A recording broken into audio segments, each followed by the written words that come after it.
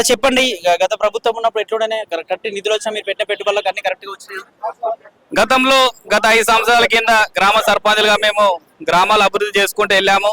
సరే ఇంకనో ముందు మాత్రం ఒక 3-4 ఇయర్స్ బాగానే వచ్చాయి. లాస్ట్ ఎలక్షన్ బిఫోర్ లో 1 ఇయర్ బిఫోర్ లో చేసినటువంటి గవర్నమెంట్ ఇచ్చిన ప్రొసీడింగ్లకి, కలెక్టర్ గారు ఇచ్చిన ప్రొసీడింగ్లకి మేము పనులు చేశాము. దాంతో పాటు రికార్డులు కూడా అయినాయి. సరే గతంలో ఇయ్యలేదని సీఎం రేవంత్ రెడ్డి గారు మేము రాగానే మీ సర్పంచుల బిల్లులు 6 నెలల్లో మొత్తం 0 చేస్తాడు. కానీ ఇంతవరకు మనని కనీసం వినతి పత్రాన్ని ఇస్తాను కూడా దిక్కు లేకుండా అయినాం. కాబట్టి ముఖ్యమంత్రి గారు మీరు అన్న మాటనే నిలబట్టండి, లేకపోతే రాబోయే స్థానిక ఎన్నికల్లో చాలా ఘోరంగా విఫలమవుతారు. ఇంకోటి మేము గ్రామాలలో అప్పులు చేసి మరి గ్రామ పంచాయతీ భవనాలే కానీ, సీసీ రోడ్లే కానీ, పల్లె ప్రకృతి వనాలే కానీ, శ్మశాన వాటికలే కానీ, ఈ విధంగా తెలంగాణ రాష్ట్రంలో దేశంలో మన గ్రామాలకు అవార్డులు వస్తే, గ్రామ ప్రథమ పౌరులుగా మేము అభివృద్ధి చేస్తే మన రాష్ట్రానికి చాలా అవార్డులు వచ్చినాయి. అది ఎవరి పుణ్యం అంటే మేము సర్పంచ్లుగా ఉండి ముందుండి పని చేస్తేనే గ్రామాలకు అవార్డులు వచ్చినాయి. దయచేసి మేము అప్పులు చేసి మా సంసారాలు ఇచ్చిపెట్టి కూడా గ్రామాల అభివృద్ధి చేస్తే మనం పట్టించుకునే నాదుడే లేడు. ప్రజావాణి అంటే ప్రజల సమస్య వినాలి కానీ కనీసం గ్రామంలో ఒక ప్రథమ పౌరుడు వస్తే కూడా వినే పరిస్థితి లేదు. ఏమంటారు ఇప్పుడు ప్రజావరణలోకి అయితే వెళ్ళిరు వాళ్ళు, అలా ఆన్సర్ ఏమంటారు? ఇప్పటికీ డైరెక్ట్ సీఎం గారికి ఇచ్చాము, డిప్యూటీ సీఎం కి ఇచ్చాము, మినిస్టర్లకు ఇచ్చాము, ఎమ్మెల్యేలకు ఇచ్చినాము, కలెక్టర్కి ఇచ్చినాము, డిపిఓలకు ఇచ్చినాము, ఎందరో అధికారులకు ఇచ్చినాం. వాళ్ళకు కూడా తెలుసు పెండింగ్ బిల్లు 1200 కోట్లు ఉన్నాయని తెలుసు.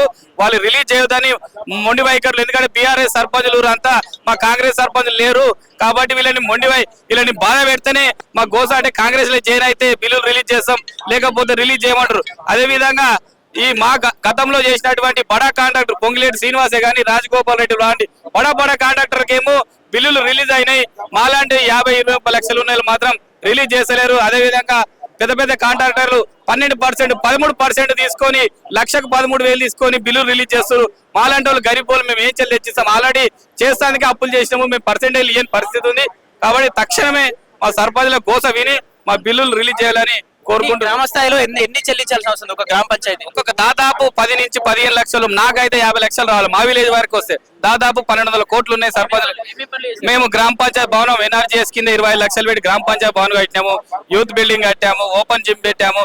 మళ్ళీ డిఎంఎఫ్ ఎస్డిఎఫ్ కింద మన ఊరు మన బడి కింద 5 లక్షలు పెట్టి స్కూల్ మైనర్స్ మౌలిక సదుపాయాలు కల్పించాము. ఈ విధంగా ఎన్నో అభివృద్ధి కార్యక్రమాలు చేసిన పెండింగ్ బిల్స్ అన్ని రికార్డు వాళ్ళ దగ్గర ఉన్నాయి. ఏదో రికార్డు లేక కాదు, అన్అఫీషియల్ కాదు, గ్రామ పంచాయతీ తీర్మానం తోటి గవర్నమెంట్ ప్రొసీడింగ్లతోటి దాదాపు వేసుకొని బాధాప్త కొలిచి మరీ రికార్డు చేసి ఉన్నాయి. ఆ రికార్డు చూసి యూజనీకే మాకు ఎవరి ఇంట్లోకి వెళ్ళి ఇచ్చే సొమ్ము కాదు, మా సొమ్ము, మా ప్రజలు చేసిన సొమ్ము మాకు ఇమ్మని మేము వేడుకుంటున్నాం. ఎందుకంటే మేము చేసిన పనులకే ఇవ్వండి, మేము కొత్తగా అడుగుతలేం. మా పనులు మాకు ఇచ్చి స్థానిక ఎలక్షన్లకు పోండి ఏమనే వేసుకోండి. మా సర్పంచులు చాలా మంది బిల్లులు రాక ఆత్మహత్యలు చేసుకుంటారు. దయచేసి మా గోసని విని అయ్యా రేవంత్ రెడ్డి గారు ఇప్పుడైనా వినండి. అదేవిధంగా నటరాజన్ గారు మా యొక్క సామాన్యమైన వ్యక్తి కాబట్టి, వాళ్ళు చిన్న స్థాయి నుంచి వచ్చి పెద్ద అయింది కాబట్టి మా గోస విని కనీసం రేవంత్ రెడ్డి గారికి చెప్పండి, మా బిల్లులు ఇప్పించాలని మేము డిమాండ్ చేస్తున్నాం. కొత్త టీపీసీసీ చీఫ్ వచ్చినందుకన్నా మీకు నిజంగానే పరిష్కారం జరుగుతుంది అది మేము డిమాండ్ చేస్తున్నాం. కానీ అయితే అనుకుంటున్నాం కానీ మీ మీడియా ద్వారా మేము దయచేసి చేతులు జోడించి తెలియజేస్తుందంటే నటరాజన్ దగ్గర పోతే కనీసం మా గోస వినా రిలీజ్ చేస్తారేమో అని మేము విన్నపించుకుంటున్నాం.